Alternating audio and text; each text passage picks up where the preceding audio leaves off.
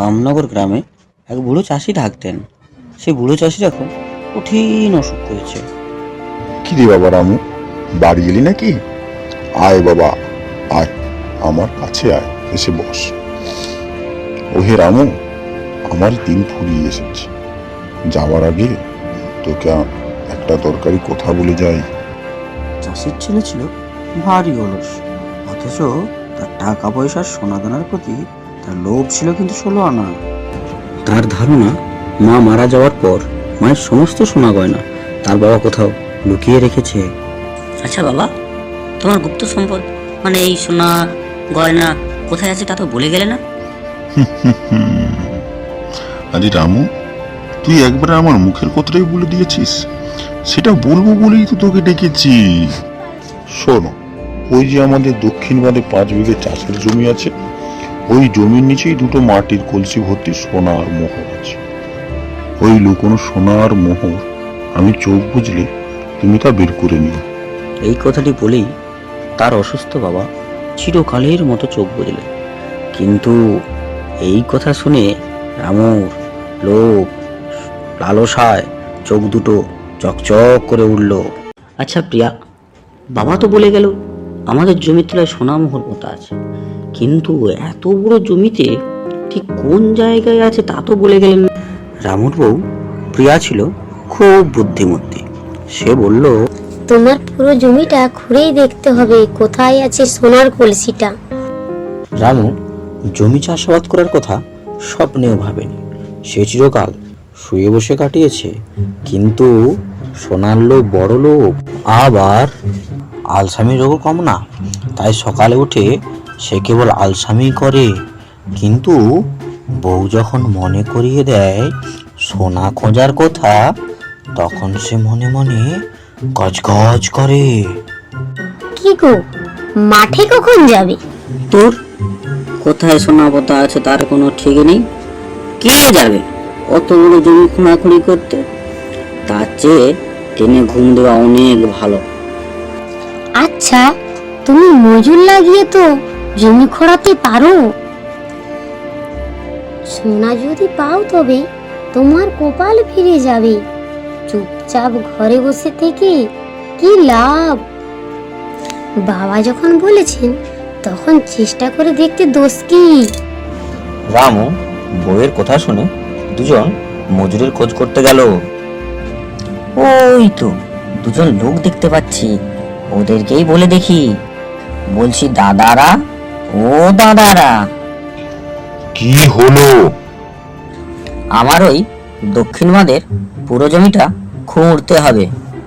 আচ্ছা ঠিক আছে, কিন্তু আমাদের মজুরি হিসেবে 200 টাকা করে দিতে হবে। 200 টাকা? বউ বলেছিল সোনা পেলে আমাদের কপাল ফিরে যাবে, তখন অনেক টাকা হবে।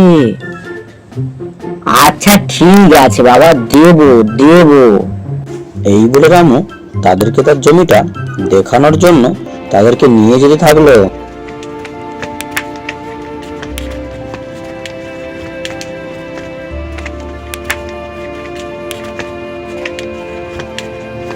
এই হলো আমার জমি, এই জমিটাতে তোমরা কাজ শুরু করে দাও।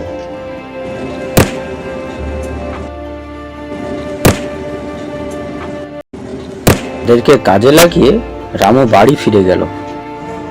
কি গো, তুমি বাড়ি ফিরে এলে? তোমার কথা মতো আমি দুজন লোক লাগিয়ে দিয়েছি। সে ঠিক আছে, কিন্তু ওদের দুজনের উপর ছেড়ে দিয়ে নিশ্চিন্তে ঘরে বসে থেকো না। তুমিও কোদাল নিয়ে যাও, তা না হলে ওরা যদি সোনার মোহর ভর্তি কলসিটা পেয়ে যায় তাহলে তা ওরা লুকিয়ে ফেলবে। বউ ঠিকই কথা বলেছে, ওদের বিশ্বাস নেই।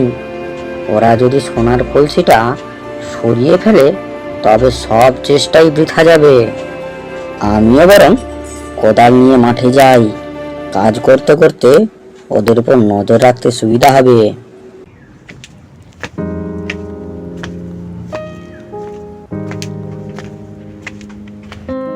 রামু মাঠে এসে তাদের সাথে জমি খোঁড়া শুরু করে।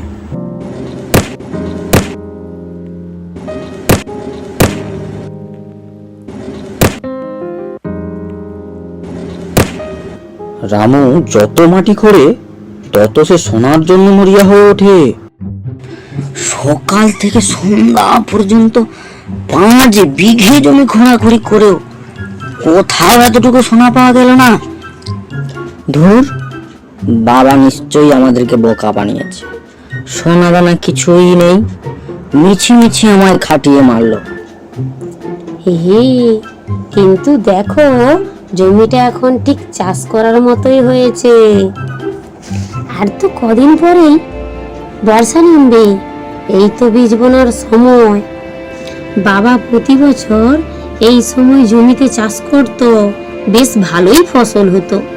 জমিটা যখন খুঁড়েই ফেলা হয়েছে, তখন ওটা এমনি ফেলে না রেখে চাষ করে ফেলাই ভালো। রামুর বউ প্রিয়া হাট থেকে সবচেয়ে সেরা ধানের বীজটা কিনে আনলো।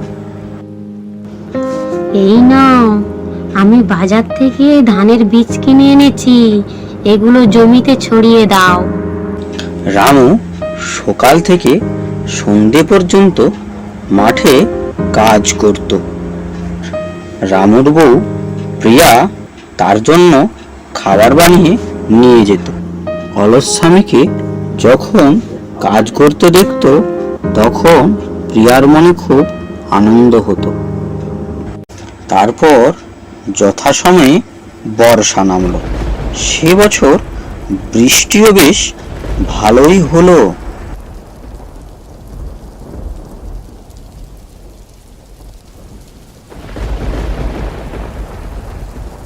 অল্প দিনের মধ্যে মাঠে শস্যে ভরে গেল।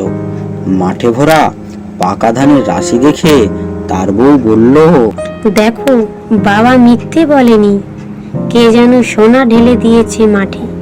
সত্যি সত্যি যেন সোনা ফলেছে আমাদের মাঠে।